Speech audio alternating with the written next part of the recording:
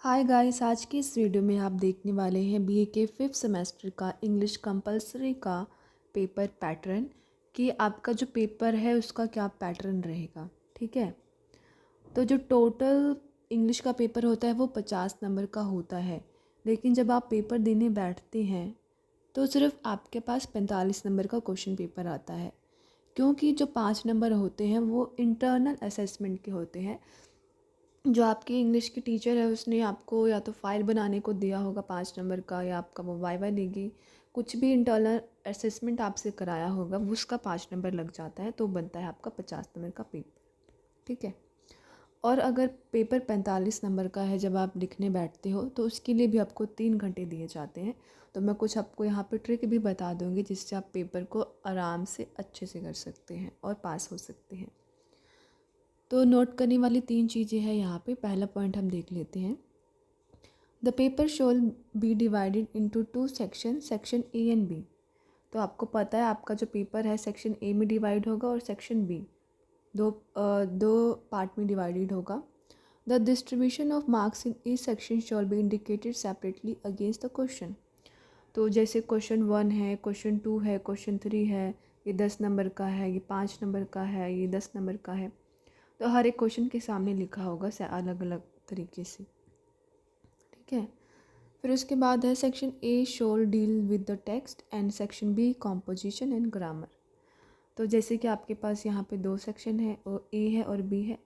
जो section A होगा वो टेक्स्ट से होगा रिलेटेड, यानी कि जिसमें आपके पास पोएम आएंगे और स्टोरी आएंगी, और सेक्शन बी आपका सिर्फ ग्रामर पार्ट होगा। उसके बाद यहाँ पे कहा गया है the question should be set strictly in according with the pattern of question paper outline the syllabus. Question सिर्फ वही आएंगे जो आपके बुक में है, उससे बाहर कुछ भी नहीं आएगा।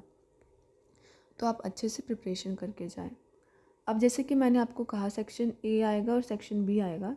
सेक्शन ए में आपका आएगा पोएम और स्टोरी में से। तो आइए पहले हम सेक्शन ए को डिस्कस कर लेते हैं। यहाँ पे है पोइट्री यानी कि पोएम, प्रोस यानी कि स्टोरी। ठीक है, पहला जो क्वेश्चन आएगा आपके पेपर में, reference to the context only from poetry. तो रेफरेंस टू द कॉन्टेक्स्ट आपको पता है क्या होता है। पोएम का नाम, किसने लिखा है पोएम, फिर आपके पास जो स्टेंजा होता है आपको वो पूरा एक्सप्लेन करना होता है। तो सिर्फ पोएम आएगा आपके पास पहले क्वेश्चन में। 1 आउट ऑफ 2 गिवन स्टेंजास। तो आपके पास 2 स्टेंजास होंगे जिसमें से सिर्फ आपको एक ही अटैम्प्ट करना है, और जिसके लिए आपको मिलेगा 5 नंबर। ठीक है, ये लिखा है 5 नंबर। फिर उसके बाद आता है question number second. The examiner will set 8 short question.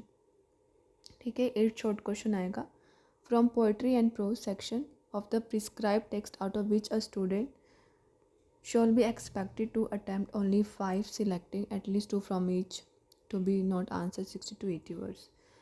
तो ये जो सेकंड पॉइंट है इसमें क्या कहा गया है, आपके पास जो है 8 क्वेश्चन आएंगे टोटल, जिसमें से आपको अटैम्प्ट करने हैं 5 में से जो है आपको 2 अटैम्प्ट करने हैं पोएम में से और 2 अटैम्प्ट करने हैं स्टोरी में से।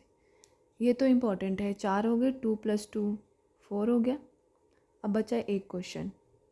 ठीक है, एक क्वेश्चन जो है वो आप पोएम में से अटैम्प्ट करो या आप प्रोज में स्टोरी में से अटैम्प्ट करो, ये आपके ऊपर चॉइस है। लेकिन अगर आपको 5 अटैम्प्ट करने हैं उसमें से 2 आपको पोएम और 2 स्टोरी में से अटैम्प्ट करना ही करना है, और एक जो बचता है वो आपकी चॉइस है, जिस मर्जी में से अटैम्प्ट करें। कितने नंबर का है ये? 10 नंबर का। 5 क्वेश्चन अटैम्प्ट करोगे, 10 नंबर यहाँ पे आपको मिल जाएंगे। उसके बाद है question number third. The examiner shall set 4 question on the pattern of question for critical analysis suggested in the prescribe text, again from poetry and prose section of the text out of which student is expected to attempt only 2, selecting at least 1 from each section to be answered in not more than 150 to 180 words. The question should be chosen in such manner that all the unit given in the text area covered। तो इसमें क्या कहा गया, आपके पास जो है question number third में 4 question आएंगे। ठीक है, 4 में से आपको 2 अटैम्प्ट करने हैं, सिर्फ 2 क्वेश्चन अटैम्प्ट करना है। 4 क्वेश्चन आएंगे जिसमें से आपको 2 अटैम्प्ट करना है। 2 में से एक तो पोएम में से अटैम्प्ट करना है और एक स्टोरी में से अटैम्प्ट करना है। ठीक है, तो ये था आपका क्वेश्चन नंबर थर्ड। दो क्वेश्चन अटैम्प्ट करना है, एक तो पोएम में से और एक स्टोरी में से। 150 to 180 वर्ड्स में आपको आंसर देना है। और इसमें ये भी कहा गया है कि आपका पेपर इस तरह से आएगा जितने भी आपके यूनिट्स है वो सारा जो है कवर हो जाए। लिखा है ना, all the unit given in the text are covered. All right, तो ये कितने नंबर का है? 10 नंबर का, 5-5 नंबर का होगा।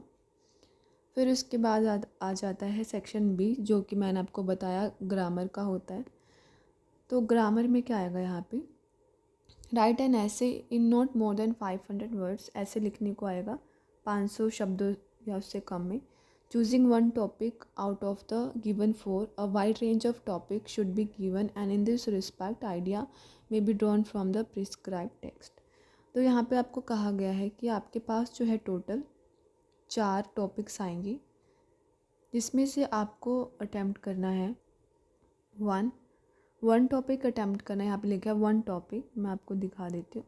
Choosing one topic out of given four, 4 दिए रहेंगे आपके पास टॉपिक, इसमें से आपको एक अटैम्प्ट करना है। इसमें ऐसे लिखना है, ठीक है। आपको ऐसे राइटिंग आती होगी 500 या उससे कम शब्दों में। ये जो है ये भी 10 नंबर का आएगा ऐसे राइटिंग। फिर उसके बाद यहाँ पे है एंटोनियम्स 10 आउट ऑफ 50, तो 15 आपके पास एंटोनियम्स आएंगे, जिसमें से आपको 10 अटैम्प्ट करने हैं। एंटोनियम्स यानी कि ऑपोजिट वर्ड, जैसे कि सैड का होता है हैप्पी, गुड का होता है बैड, तो यही आपको जो है बताने हैं। उसके बाद है correct the sentence 10 out of 15, तो आपको जो है 15 इनकरेक्ट सेंटेंस दिए होंगे, जिसको आपको 10 जो है इसमें से करेक्ट करने हैं। तो ये 5-5 नंबर का।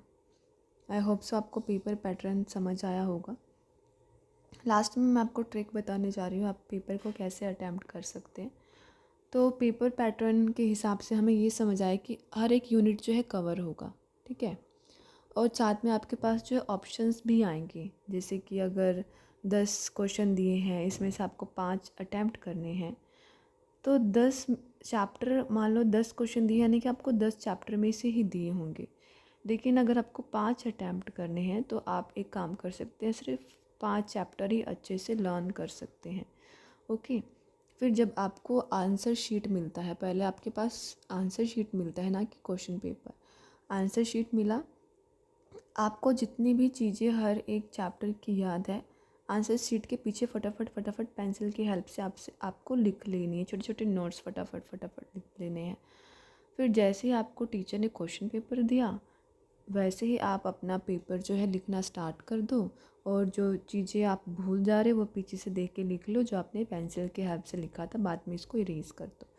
तो इससे क्या होगा, जो आपने पहले चीज़ें लिखी थी वो तो आपकी मेमोरी में ऑलरेडी फिट भी थी, लेकिन अगर बाई चांस आप कभी भूल जाते हो, पेपर लिखने टाइम पे होता है हमें चीज़ें नहीं याद आ रही होती है, आप फटाफट पीछे से लिख सकते हो, बाकी अपना भी सोच के भी एडिशनली ऐड कर सकते हो। तो ये था कुछ टिप्स और ट्रिक, बाकी आप क्वेश्चन पेपर ज़रूर देख के आइडिया मिल जाएगा कि कैसे पेपर आए हैं। So guys, thank you for watching my this video.